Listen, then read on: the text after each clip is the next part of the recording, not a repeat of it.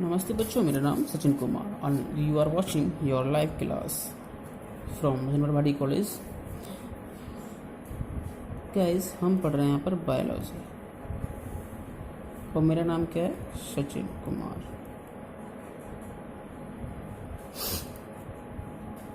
Biology the study of the life, इसका मैंने बताया था आपको BIOS plus logos. Bios means life, logos means to study. So we can say the study of life is noted as biology. The father of biology is, you know very well, the father of biology is Aristotle, or we can say Aristo. Okay guys, father of biology is Aristotle. And in this class, in the intermediate class, you will read only two branches of biology. Number first branch is zoology, while number second branch is botany. Number first branch zoology belongs to the study of the animals. Study of animals is belongs to the zoology, and study of plants belongs to the botany. The father of zoology is also known as Aristotle or Aristo, or the father of botany is Theophrastus. So all over the basic fundamental is cell. Cell is the smallest structural and functional unit of life. What is smallest unit? होती है smallest unit, structural unit होती, structural and functional unit होती है बेटा। Cell is the smallest structural and functional unit of life. Okay, so the types of cell is only two types. Number first is prokaryotic cells and number second one is eukaryotic cells. First type is prokaryotic, which is non-developed cell, or we can say undeveloped cell. Means this prokaryotic cell does not contain any organelles like nucleus, endoplasmic reticulum, Golgi body, lysosomes, mitochondria. Any type of organelle not found in the prokaryotic cell, while in the case of eukaryotic cell, all organs are found in eukaryotic cells. For example, nucleus, endoplasmic reticulum, Golgi body, ribosomes, lysosomes, and mitochondria. All are organelles found in eukaryotic cell. So human also, and all animals, and along with plants are made up of eukaryotic cell. But one thing is arise in your mind, sir, eukaryotic cell is from human also and plants also, but we are so different from plants. Yeah guys, in plant cell and animal cell, in plant cell and animal cell, its important difference is plant cell have chlorophyll. You will read in 10th class what is chlorophyll. This is the green pigment which are very essential and helpful in the process of photosynthesis.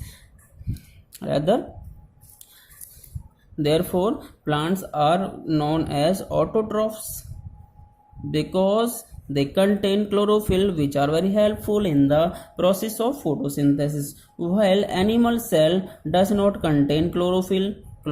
Absent hota hai animal cell mein, so animals are heterotrophs and they depends for food on autotrophs. So main difference in between plant cell and animal cell is the chlorophyll present in the plant cell but not present in animal cell. And the second one important thing is cell wall, means cellulose. Cell wall is the outer layer structure of cell, is known as cell wall in the case of plant, and it is made up of cellulose. While in the case of animal cell outer layer of cell is very thin, and this is known as cell membrane. Cell membrane, not called cell wall. It is called cell membrane because it is very thin in comparison than cell wall, and it is not made up of cellulose. So this is the main difference of cell structure of plant cell and animal cell, because cellulose is very tough chemical which made cell wall is tough, rigid and strong in comparison than animal cell. So you can see easily your table, your chair, your bed is made up of plant cells, because plant cells cell wall is made up of cellulose which is very strong and hard. But in the case of animal cell is made up of cell membrane which is not hard, and we cannot make any type of instrument or furniture from this type of cells. Okay guys, so you will differentiate easily from animal cell and plant cell. Two differences are major. Number first is chlorophyll, which are present in plant cell but not present in animal cell. And second difference is cell wall, which is present in plant cell and not present in animal cell. So we can easily differentiate plant cell and animal cell. But one similar thing is both are made up of eukaryotic cells. Clear guys? Okay, now next, your first chapter is the living world. In your syllabus, your first chapter is the living world. What is living? First of all, you know very well living. What is living? Those things which have life is known as living or living organism. Means those shows the life characters or life symptoms is known as living. So easily you can differentiate living and non-living. Living, non-living. In the case of example, animals are livings, plants are livings, and non-living. In the case of non-living, आपका iron, plastics, mountains, etc. These are non-livings. Clear guys? But actually, for the differentiation in living and non-living, we should read before the characteristics or characters of livings. So what is the characters of living? Number first, think guys, what is the characters of livings? The characters, number one characters is growth.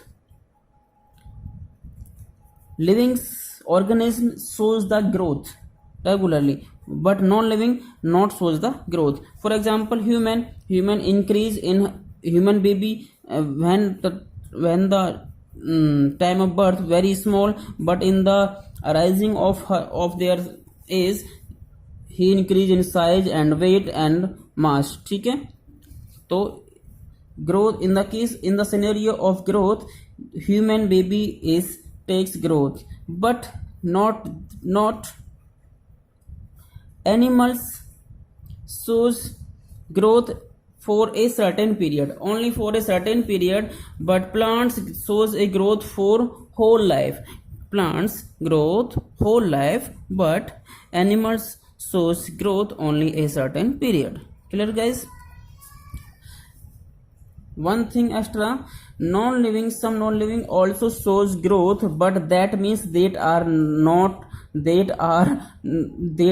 non-living. Means some mountains, suppose करो ये mountains है, ये mountain है, इस पे deposit होता रहा है आपका जो डस्ट है, dust particles and extra material deposit, and it can increase in size easily after some time, but that means this is not the living, this is non-living. So growth is a feature of living but is not a defined symptom of life. Number second is reproduction. Guys, in your mind this question is very fast dreaming. Reproduction. All livings can reproduce easily and they produce their own child. Clear? So reproduction is the main feature main feature of living organism, but you cannot say the all living shows all living can reproduce. For example, third gender which are infertile in nature cannot produce a child, so that means they are not living. They are living, but they cannot produce any child. So reproduction is a feature of living, but not a defining feature of life. Clear, guys? Number third is metabolism is very special and very defining feature of life, because only living cell can metabolism process. Only living cells can organize, can produce, can process metabolism process. Otherwise any other cell cannot process metabolism process. What is metabolism? Anabolic process and catabolic process. Both process mix, though both process called metabolism. In your body, your cells divisions occurs regularly, and one cell makes two cells makes four cells makes 8 cells. That means this is the anabolic process. And otherwise catabolic process, you eat glucose, carbohydrate, which